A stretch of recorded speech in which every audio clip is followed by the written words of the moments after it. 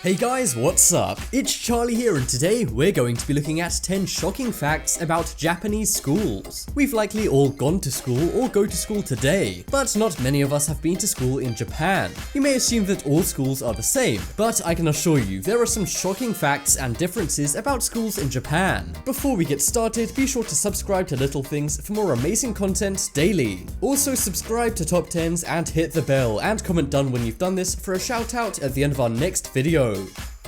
Coming in at number 10, we have janitors. In schools, it's a common sight to see janitors walking around cleaning up after students. They often stay late after school and have to clean large areas of the school. But in Japanese schools, they don't even have janitors. But their schools aren't all dirty, so who cleans it? Well, it's actually the students. The students take time out of class each day to clean up the school. This isn't to save money on janitors though. Instead, they do this to teach kids responsibilities and how to look after their community. It's a good message, but how much would it suck having to clean up your school every day? Next up is relationships. A lot of us have our first relationships at school. Sure, they often don't work out and end in a big mess, but it's good to have some dating experience. However, in Japanese schools, relationships are not allowed. Anyone found to be in a relationship must end it and will be punished. Unsurprisingly, this also means that hugging and kissing is banned in Japanese schools. People found doing this, even if they're just friends or are doing it in private, will be punished. The reason why? Well, while at school, Japanese schools want students to focus on one thing and one thing only: education. Do you think this is a good rule or not? Next up is uniforms. In most schools, you can come in wearing whatever you want. But in Japanese schools, students must follow a very strict dress code. Boys have to wear long black suits. These often have large collars and golden buttons. And under that, a shirt and tie are worn. For girls, on the other hand, they can wear much more revealing clothing. Girls wear short skirts, long socks, and a shirt. A lot of Japanese schoolgirls also wear a tie with a clip around it to keep it in place. Some find the girls' uniforms very shocking, as it's so liberal compared to the other rules about Japan and their schools. So much so that people who attend cosplays often do it in Japanese schoolgirl costumes. What do you think of Japanese school uniforms? I can definitely see myself in one of those miniskirts. Next up is self-defense. One thing all schools want to avoid is people who aren't supposed to be in the school coming in. In America, the response to an intruder in a school is usually to run and hide. However, this is not the case in Japanese schools. In every Japanese school, they have a self-defense device hanging on the wall. It's called a sasumata, and it's a long, hard pole. This is used by students and teachers in the event of somebody dangerous entering the school. They also take time out of class to practice using the device in case of a real emergency. Next up is substitute teachers. Who doesn't love it when a substitute teacher shows up to class? It basically means you can mess around the whole lesson and drive the sub-teacher crazy. But if you go to school in Japan, there are no opportunities to do this. That is because in Japan, they don't have substitute teachers. Instead, students are expected to sit in class and work quietly, and do this for the entire day. The most surprising thing about this fact is that the students actually do it. While in most schools, this would result in no work getting done and everyone leaving the class, but in Japan, they sit and work.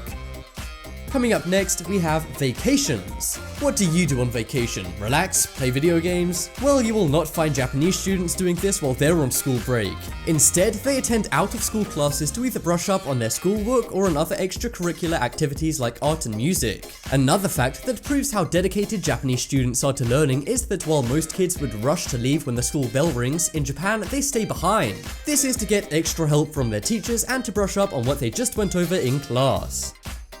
Next up is hair requirements. We all know North Korea has very strict hair requirements, and so do Japanese schools. In most schools, you see boys and girls with long and short hair and vice versa, and occasionally people with bizarre hair designs. But you would not see anything like this if you went to a Japanese school. Boys have to have short hair in Japanese schools and cannot wear it up. They're also not allowed to use any styling products in their hair. For girls, they can have any hairstyle they want, but they can't shave their leg hair. This is so the students are focused on school rather than their looks.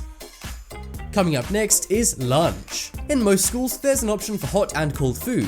and some students even bring in food from out of school so they know they like what they're going to eat. But in Japan, you're not allowed to bring in things from outside of school. And while in most places there's a variety of meals to choose from, in Japan there's only one, and you must eat it all or face punishment. Also, you're not allowed to eat in the cafeteria. Why? Well, it's because in Japanese schools, they don't have one. Instead, they eat in their classroom, meaning they never have to leave the classroom. I don't know about you, but to me, that sounds very boring. Next up is greetings. Greetings are a huge part of Japanese culture, and this applies to schools as well. At the beginning of each school day, the entire class must bow to their teacher, and at the end of the day, they must do the same thing. Not only that, some schools have what's called mandatory meditation at the beginning of the day. This relaxes the pupils and gets them ready to learn, but you have to do it. Anyone not doing it or not doing it well enough is punished. Coming up next is skipping school. If you were a little late to class, it likely wouldn't be a big deal, but in Japan, it is. Only students who get written permission can be late, and if you skip school, you have to make up for it out of school with extra time on top of being punished. It's safe to say Japanese schools are very strict, and after hearing these facts, I'm not sure I'd want to go to one. How about you? Check out the poll in the top right corner and you can vote for the most surprising fact. I think it's the uniforms because they are crazy. This video shoutout goes to Shadow Umbreon. Subscribe and turn on notifications and comment done for a shoutout in the next video. But as always, thanks for watching. Check out some more videos on screen right now. Leave a like if you enjoyed, and if you haven't already, what are you waiting for? Subscribe to Top 10s.